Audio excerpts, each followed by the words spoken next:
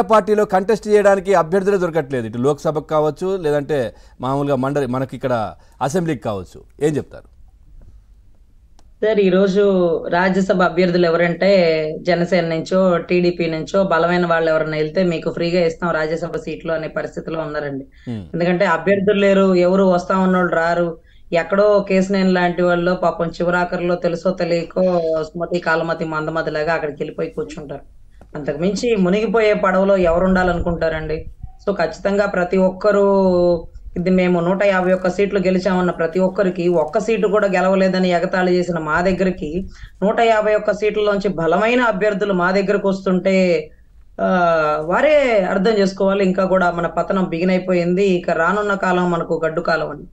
అదే రకంగా ఢిల్లీ పర్యటన అన్నారు. ఢిల్లీ పర్యటన ఎప్పుడు పర్సనల్ టూరేనండి, అసలు ఫ్యామిలీ టూర్ కూడా కాదు, పర్సనల్ టూర్. ఎంత పర్సనల్ అంటే అవినాష్ రెడ్డి గారిని సంకలో పెట్టుకుని ఏటో విజయసాయి రెడ్డి గారిని తీసుకుని ఏవన్ గౌరవ్ జగన్మోహన్ రెడ్డి గారు వెళ్ళే టూర్. దానికి అయ్యే ఖర్చు అంతా మన ప్రభుత్వ ఖజానా నుంచే. మరి అక్కడికి వెళ్ళి ఏం అడుగుతారంటే, సార్ ఏ ఏడుతో ఆగింది సార్ ఈ సిబిఐ కేసు, ఏది అవినాష్ రెడ్డి గారికి సంబంధించి వివేకానంద రెడ్డి గారి మర్డర్ కేసు. ఏ 8ని గనక లోపలేసి కుమ్మితే 9, 10 బయటకు వచ్చింది. లక్ష్మణుడు ఒక్కడే అరణ్యాకి వెళ్తాడా? వెళ్ళడుగా, ఏం పని పాపం. రాముడు సీత కూడా వెళ్ళాలా. అదే రకంగా పాపం వాళ్ళ యందు జాలిలో వాళ్ళకి అన్ని రకాలుగా సహాయ సహకారాలు అందించినటువంటి ఆంజనేయుడు రజనీ గారు పాపం ఎందుకు ఆ దేవుళ్ళ పేరు పెడతారు అంటే ఇది ఒక సతీ సమేతమైనటువంటి ఫ్యామిలీ టూర్ అండి. అంటే విడిగా ఎవరు వెళ్ళరు, అందరూ కలిసే ఉండాలని మా రామాయణ గ్రంథం ద్వారా కలిసే, ఏది సంసారమైనా కలిసే చేయాలా, లేకపోతే జైల్లోకి అయినా కలిసే ఉండాలని ఒక పెద్ద ఉమ్మడి కుటుంబాన్ని చెప్తున్నామండి. ఆ అంశాన్ని ఆదర్శంగా తీసుకున్నారు అంతే, జస్ట్ అలా ఉండాలి. ఎంత ఆదర్శంగా అంటే ఒక కుటుంబ కథా చిత్రంలో కుటుంబం అంతా కలిసి కట్టగట్టుకొని అక్కడ అరణ్యాలకు వెళ్ళారు, కానీ ఇక్కడ కుటుంబం అంతా కలిసి కట్టుకొని జైలుకి వెళ్లాల్సినటువంటి పర్వం అండి. అందుకే గ్రంథాంతో పోల్చడం, వీళ్ళకి ఆ స్థాయి లేదు, ఆ స్థానం లేదండి. ఇంకొక విషయం ఏంటంటే ఢిల్లీ టూర్ ఎందుకు అంత అచ్చుచాపడుతున్నారంటే, మా టికెట్ కన్ఫర్మ్ అయిపోయిందండి. అంటే మేము ఢిల్లీకి వెళ్ళే ఫ్లైట్ టికెట్ ఏదైతే పవన్ కళ్యాణ్ గారు ఢిల్లీకి వెళ్ళిపోతే ఇక జగన్ గారి మొహం బహుశా అమిత్ షా గారు కానీ మోడీ గారు కానీ చూడరని భయపడి ఈయన వెళ్లే లోపలగానే ముందే వెళ్ళి ఖర్చు వేసుకుందాం అని చూస్తున్నారు. కానీ గేట్ దగ్గర డోర్ కూడా తీయలేదంటండి. ఒకవేళ డోర్ తీసినా చాలు చాలు తాటి చెట్టు కింద కూర్చొని మజ్జిగ దాగినా చూసేవాళ్ళు కళ్ళే అనుకుంటున్నారు. నీతో ఉన్న పాపానికి రాష్ట్రంలో నాకుండే మైన స్టాండ్ కూడా నోటా కంటే దారుణం అయిపోయింది. సో ఇక దుష్టులకి దూరంగా ఉండాలనే దృఢమైన సంకల్పంతో ఉన్న మోడీ గారు, నువ్వు వెళ్ళాయా దూరంగా, మీకు మాకు సెట్ అవుతుంది ఇక రాష్ట్రంలో అంటూ పక్కకు పంపిస్తున్న తరుణం.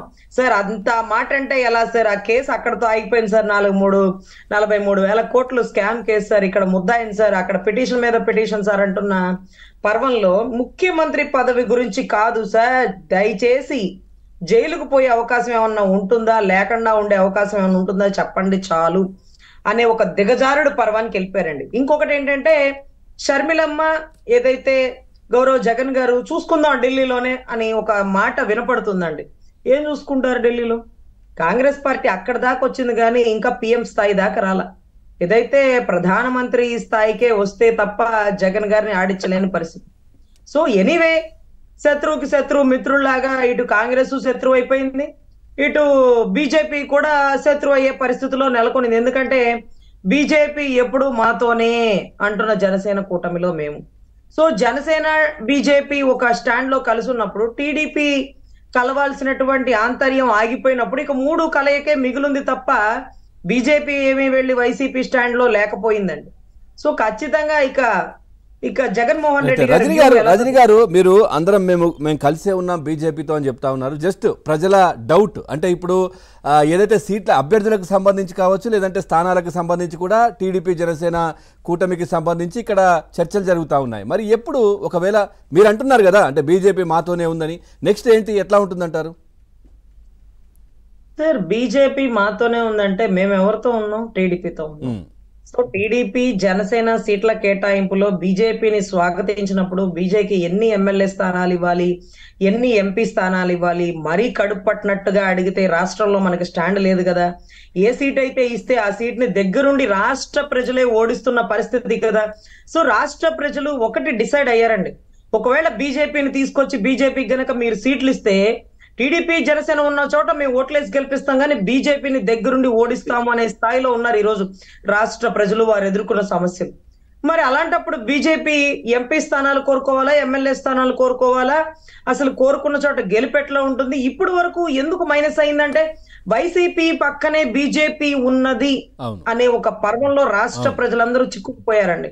రాజధాని పర్వం, స్టీల్ ప్లాంట్ పర్వం, దేవాలయాల మీద జరుగుతున్న దాడుల పర్వం గాని, రాష్ట్ర అభివృద్ధి లేకపోవడంలో గాని, వైసీపీ పొద్దుగూకులు ఢిల్లీ వెళ్ళి కలిసి రావడం గాని, అన్ని సార్లు ఢిల్లీ వెళ్తుందే, స్పెషల్ ప్యాకేజో, స్పెషల్ స్టేటసో, లేకపోతే ఇంకేమీ లేని పరిస్థితి. ఏంట్రా వీళ్ళిద్దరికి సంబంధించిన లాలూచి, ఇంకా చిన్న ఆయన కేసు తేలకపోవడం, ఈయన ఇంకా బెయిల్ మీద బయటికి తిరగడం, వీటన్నిటికీ బీజేపీ సహకరించడం.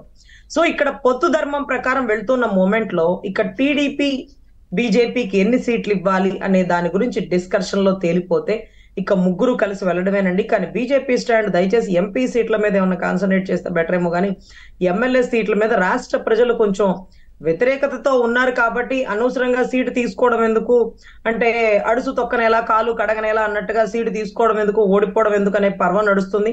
కానీ సమకాలీన పర్వంలో మేము కష్టకాలంలో ఉన్నప్పుడు బీజేపీ మాకు సహకరించి మా ఇద్దరితో కలిసి ప్రయాణం చేస్తే రాష్ట్ర ప్రజలు ఇకపై నమ్ముతారు బీజేపీ స్టాండ్. నిజాయితీ పరుల వెంటే బీజేపీ స్టాండ్ అరాచకం, అవినీతి పరులని జైల్లో వేయడంలో నిమగ్నమై ఉంటుందని మనస్ఫూర్తిగా నమ్మే పరిస్థితులు అయితే ఉన్నాయండి. రైట్. శ్రీనివాస్ చౌదరి గారు నమస్తే అండి.